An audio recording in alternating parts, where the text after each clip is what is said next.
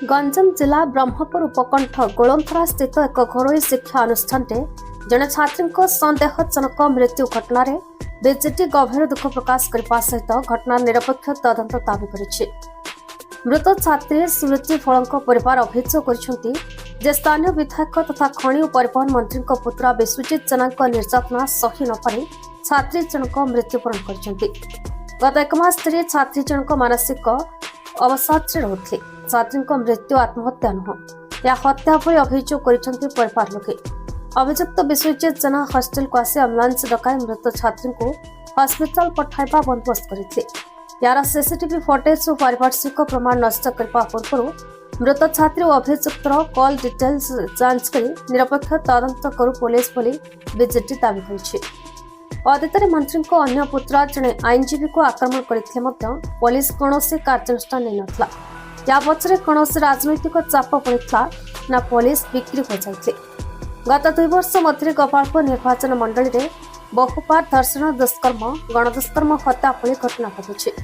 जितेबाला जड़े प्रभावशाली मंत्री संपर्क आईन को हाथ को नेबार कथा उठुଛି सेतेबाला पुलिस अभियुक्त को गिरफ्त करने साहस जुटाई पारना।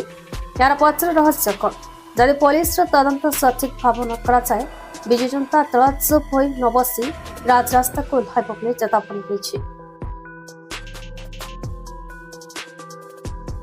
मो सर्वप्रथमे जो परिवार झीटी आत्महत्या करुच्ची दुखरे दुख प्रकाश करुच्ची समवेदना जनाऊँची अंतरात्मार सद्गति कामना करुच्ची। मु बहुत मर्माहत कहीं आम निर्वाचन मंडल रे एभलिया घटना केबे घटी नथिला। तो आज जो झीओ जो आत्महत्या करिसेंती बोली कहउचंती से कौ कारणवशत आत्महत्या करिवो।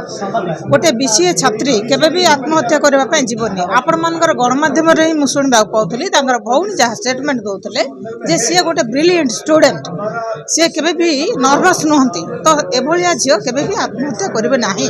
एवं से जेहेतु तांकर आमर अंचल रे मिनिस्टर सारंकर पुत्रांकर संगरे तांकर संपर्क थिला से तांकर मामू एवं तांकर भौणी समस्त अभियोग आनुचंती।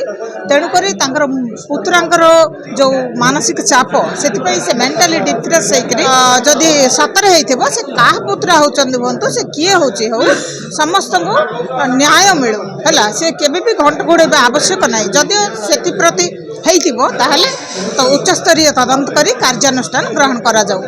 सारा ओडिशार विभत्स दृश्य नारी निर्यातना हत्याकांड रेप मर्डर चली सारा ओडिशा आज वितस्व यही सरकार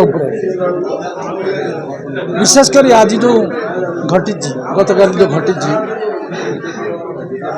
गांधी कॉलेज रे छात्री हॉस्टेल रे स्मृति भलवाली झीटी जो आत्महत्या करछि से आत्महत्या नुह ताकू मारी दिया जाइए आत्महत्या ना दिया जाइए। एटा आम अभियोग करूँ कहीं अतीत बहुत घटना घटी जोटा कि न्याय पाई ना अन्य माने ताकू न्याय देवा हेले प्रकृत सीसीटीवी हॉस्टेल सीसीटीवी जांच करा जाऊ।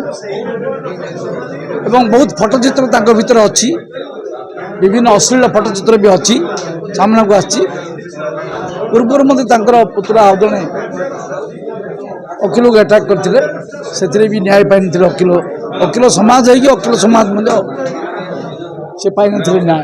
तेणु आम आशा करूँ एसपी महोदय को अनुरोध करूँ डीजी महोदय को अनुरोध करूँ आईजी महोदय को अनुरोध करूँ प्रकृत छात्री को न्याय दि जाऊ परिवार को न्याय दि जाऊ। ब्रह्मपुर दानंद शंकर रिपोर्ट्स बीई न्यूज।